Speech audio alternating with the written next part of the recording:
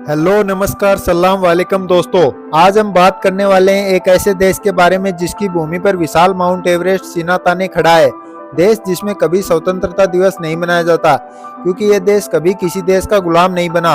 महात्मा बुद्ध भी इसी देश के निवासी रहे हैं, तो इस जगह से अधिक रहस्यमयी और चमत्कारी और क्या हो सकता है। यहाँ के लोगों में भगवान बुद्ध के प्रति जबरदस्त श्रद्धा की भावना देखी जा सकती है। इस देश में कुछ ऐसी जनजातियां भी हैं जहाँ एक महिला के एक से अधिक पति होते हैं और वे सभी के साथ रहती हैं। इस देश में हम इंडियन करेंसी से भी पेमेंट कर सकते हैं। अब तक तो आप समझ ही गए होंगे कि हम बात करने वाले हैं पहाड़ों से घिरे हमारे खूबसूरत पड़ोसी देश नेपाल के बारे में। तो देर किस बात की, चलिए शुरू करते हैं।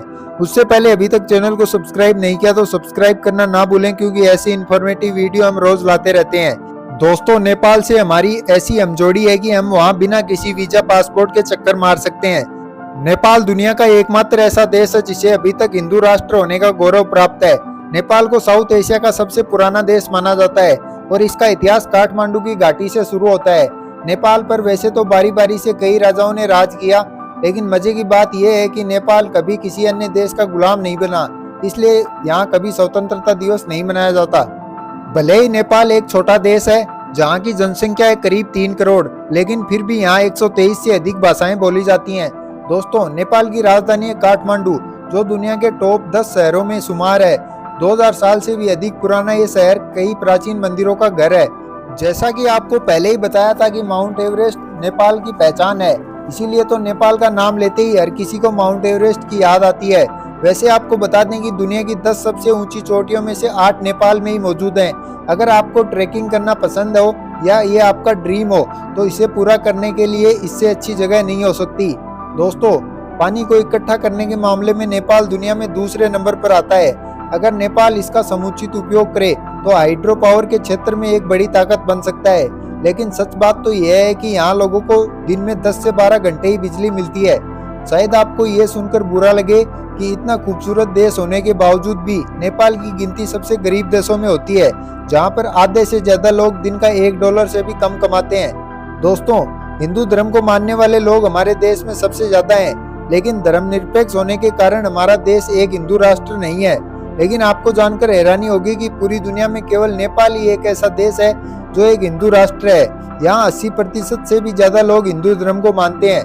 नेपाल में भी हमारे देश की तरह गाय को बहुत पवित्र माना जाता है और इसकी हत्या करना गैर कानूनी है, इसीलिए तो गाय यहाँ का राष्ट्रीय पशु है। दोस्तों, नेपाल का फ्लैग दुनिया का एकमात्र गैर आयताकार ध्वज है। इसका आकार 2 त्रिकोणों से मिलकर बना है, जो हिमालय और हिंदू धर्म के प्रतीकों को दर्शाता है। अगर यहाँ के मौसम की बात करें तो नेपाल में दुनिया के सभी प्रकार के जलवायु क्षेत्र मौजूद हैं, जिससे यहाँ जैव विविधता बहुत अधिक है। यहाँ कई दुर्लभ वनस्पतियाँ और वन्य जीव पाए जाते हैं। लाल पांडा, हिमालयी तेंदुआ, बाघ यहाँ आसानी से देखने को मिल जाते हैं।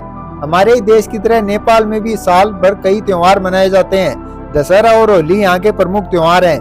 दोस्तों, युद्ध कौशल की बात की जाए तो नेपाल की सेना दुनिया की कुछ पुरानी सेनाओं में से एक है और यह गोरखा सैनिकों के लिए प्रसिद्ध है, जिसकी बहादुरी और युद्ध कौशल की प्रशंसा दुनिया भर में होती है। दोस्तों, नेपाल की करेंसी है नेपाली रुपीज, जिसकी कीमत हमारे इंडियन रुपीज से भी कम है। एक भारतीय रुपए करीब 1.63 नेपाली रुपए के बराबर होता है। क्या सोच रहे हो दोस्तों, है ना मजेदार बात। अब आप कम रुपए में भी इतनी खूबसूरती देख पाएंगे। आपको शायद एक बात और भी पता नहीं होगी, नेपाल और भारत बहुत ही अच्छे मित्र देश भी हैं। जी हाँ, इंडियन आर्मी नेपाल में भी सेना भर्ती करवाती है और वहाँ के नौजवानों को अपनी सेना में भर्ती होने का मौका देती है। इसीलिए तो नेपाल घूमने के लिए वीजा की जरूरत नहीं पड़ती, बस आपको अपने साथ एक ID प्रूफ लेकर जाना होता है। दोस्तों, भगवान बुद्ध के प्रति नेपाल के लोगों में असीम श्रद्धा है, लेकिन महाशिवरात्रि इनका सबसे बड़ा त्योहार है। मोमोज खाने वालों के लिए नेपाल जन्नत से कम नहीं। नेपाल की राजधानी काठमांडू में तो आपको हर गली नुक्कड़ पर मोमोज की दुकानें देखने को मिल जाएंगी। दोस्तों, टूरिज्म नेपाल की अर्थव्यवस्था का महत्वपूर्ण हिस्सा है। चारों ओर घिरे हुए पहाड़ और इसके अंदर समाये हुए झरने बेहद सुंदर प्राकृतिक स्थल हैं, जो आपको नेपाल जाने से रोक नहीं पाएंगे।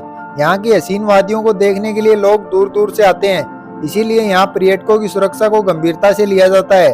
अगर आपको नेचर से लगाव है और पसंद है शांत झील के पास बैठना, तो पोखरा झील को अपनी टूरिस्ट डेस्टिनेशन लिस्ट में जरूर ऐड कर लेना। झील के अलावा यहाँ बहुत सारे मंदिर भी हैं। हिंदू लोगों के 8 मुख्य मंदिरों में से एक है पशुपतिनाथ का शिव मंदिर, जो बागमती नदी के तट पर स्थित है। चौकोर आकार में बने इस मंदिर में 4 दरवाजे हैं जो चांदी के बने हैं। सावन के महीने में तो यहाँ श्रद्धालुओं की भीड़ देखते ही बनती है। दोस्तों, ये था खूबसूरत देश नेपाल। अगर आपने कभी नेपाल की सैर की है तो अपना एक्सपीरियंस हमारे साथ कमेंट बॉक्स में जरूर शेयर करें। उम्मीद करते हैं आपको हमारी ये वीडियो पसंद आई होगी। अभी तक चैनल को सब्सक्राइब नहीं किया तो सब्सक्राइब करना ना भूलें। जल्द मुलाकात होगी अगले वीडियो के साथ। धन्यवाद।